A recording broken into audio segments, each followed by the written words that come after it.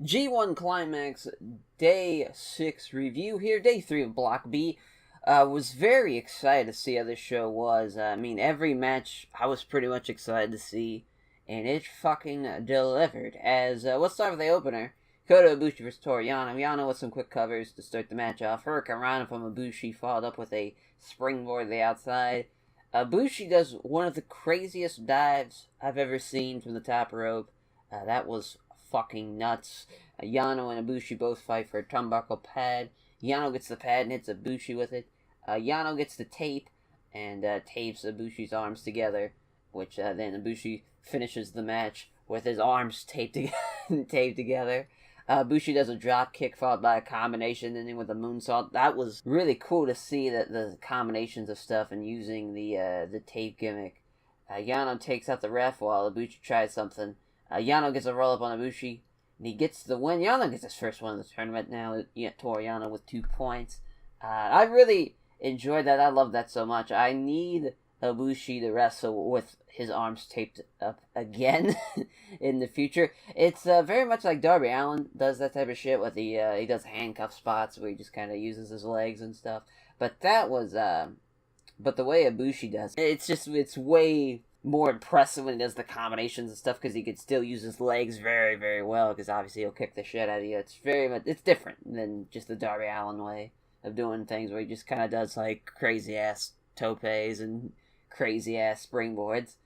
Next match, Zack Sabre Jr. vs. Sonata, some great stuff early on. I mean, just early on, I could see this match was going to be way better than their New Japan Cup match. Just the sequences with the roll-ups from both guys was awesome. Skull in gets countered in a European clutch from Zack Sabre Jr. Sonata kicks out at 2. Sonata goes for Skull's End again. This time, Zack goes for a prawn hold. Sonata rolls through with it with a bridge, though, and gets the win. Just what a fucking match. Usually with Zack Sabre Jr.'s New Japan matches, they tend to be a bit of a slow pace, and you kind of know that going into it. But this just had a perfect pace to it. I don't know what it was, but it was just like, if every Zack Sabre Jr. match could be like that, I think a lot more people would be on board with them, and it could be a lot more exciting stuff. But either way, that's kind of a thing where he could definitely keep that pace for a big-time match and make that special. Just kind of every now and again. And maybe it's just a thing where only him and Sonata can do. But really, they didn't do that on their New Japan Cup match. So that's why I was like so impressed. While this match was so much well done. And so much better than that match. So that's hats off to those guys. As 0-2 on the prediction so far. Hopefully they get on the board with a win here. I'm still waiting for me to go like 0-5 on one of these things. As Tetsuya Naito versus Juice Robinson here. The next match. I mean, this could have been the main event on any other block day, and this was just like the third match on the card. It shows you how stacked this fucking was. Naito does his drop kick in the corner spot, where usually he'll drop kick their face, but with this one he went for Juice's broken hand. Most of Naito's early offense is focused on Juice's cast. Top rope hurricanrana from Naito. Juice rolls through with a roll-up. Naito kicks out at 2. Cannonball from Juice into the power bomb. Naito kicks out. Naito takes an awesome bump from Juice's caressing kick. Naito hits a poison Rana. Naito counters Pulp Fiction with a German suplex. Naito can't hit the Destino. He runs into a layer from Juice. As both men counter their finishes. Both men counter each other's finishers. As Juice goes for some type of fireman scary move. But Naito counters with a Destino. Juice kicks out. Naito hits the full version of the Destino for the win. Naito with 4 points. As just what a match. Like, that was another one where it's just like, that definitely could have been like a main event on any other show during these this G1 and during these blocks. But just, the third match on this day really shows just how stacked this day was and showed how stacked this whole block is for Block B in this G1. Tama Tonga vs. Kenny Omega, the co-main event. I think once this became the co-main event, it was very clear. I was like, alright, there's going to be some shenanigans, because this definitely, on paper, it's like, yeah, that's the main event. But this, before the match starts, Tonga Loa and Fale attack Omega. Tama Tonga throws the IWGP Heavyweight title down and kicks it, which that was pretty crazy. That's a thing that doesn't really happen too often. Usually they keep those belts very prestige and very, like, a big deal. So that's something. Tama Tonga being a piece of shit. Chase Owens and Hangman Page, though, come to make the save on Omega. Omega does his Terminator dive onto everybody. The You Can't Escape combo for Kenny Omega. V-Trigger onto Tama Tonga. Tama Tonga versus the Spike Piledriver with an Alabama Slam. Omega goes for a Dragon Suplex on the apron. Tonga Loa hits him with a chair on his legs. He goes for a powerbomb to the outside, but Omega counters it with a Rana. Tonga Loa stops a V-Trigger, gets back to his feet and stops it, pulls those legs out from under him. As Tama Tonga then tries to hit Kenny Omega with a forearm while Tonga Loa has his arms behind his back. As Omega gets out of the way, Tama Tonga hits Tonga Loa. Goes for a roll-up to Kenny Omega, Tama kicks out. Tonga Loa gets back up and throws a chair into Omega's face when he's up against the ropes.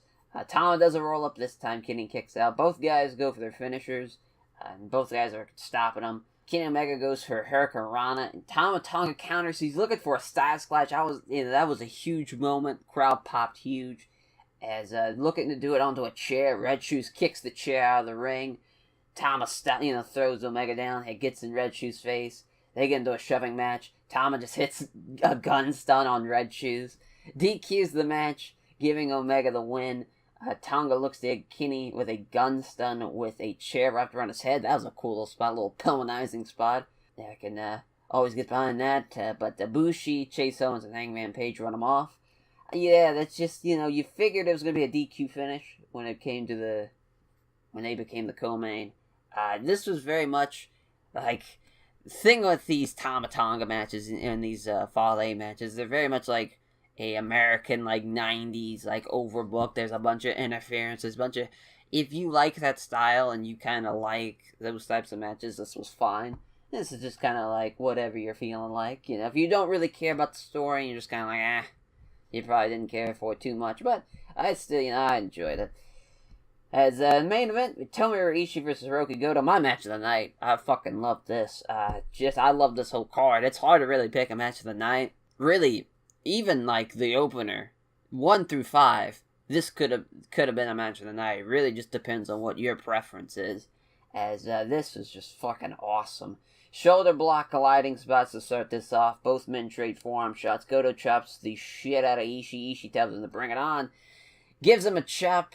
And Goto gets a chop from Ishii and it drops him. Saito suplex from Goto, gets a 2 count. Goto kicks the shit out of Ishii. Ishii starts absorbing him. Hits Goto with a forearm. Lariat from Ishii. Goto doesn't fall to his feet. Ishii hits him with a German suplex. Goto with a fighting spirit. Ishii gets kicked in the chest that drops him. Both men give lariats. They don't drop each other. Both men come together with lariats, with both men collapsing.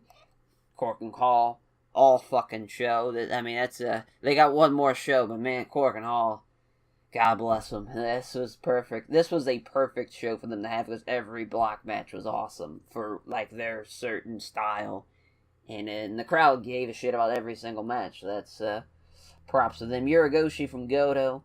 Goto goes for the GTR, the front GTR. He hits it. Goes for the back one. Ishii fights it off. Both men fight for anything they can get until Ishii backdrops Goto. Ishii with a lariat. Goto kicks out at 2. Shouten from Goto. Ishii kicks out at 2. Both men start trading headbutts. Ishii hits an enziguri. Both men go to the ground. Sliding lariat from Ishii. Goto kicks out. And Ishii follows up with his brainbuster for the win. Ishii with 4 points. What a fucking show. I thoroughly enjoyed that. Honestly, that might be my favorite day of the G1 so far. Just every match.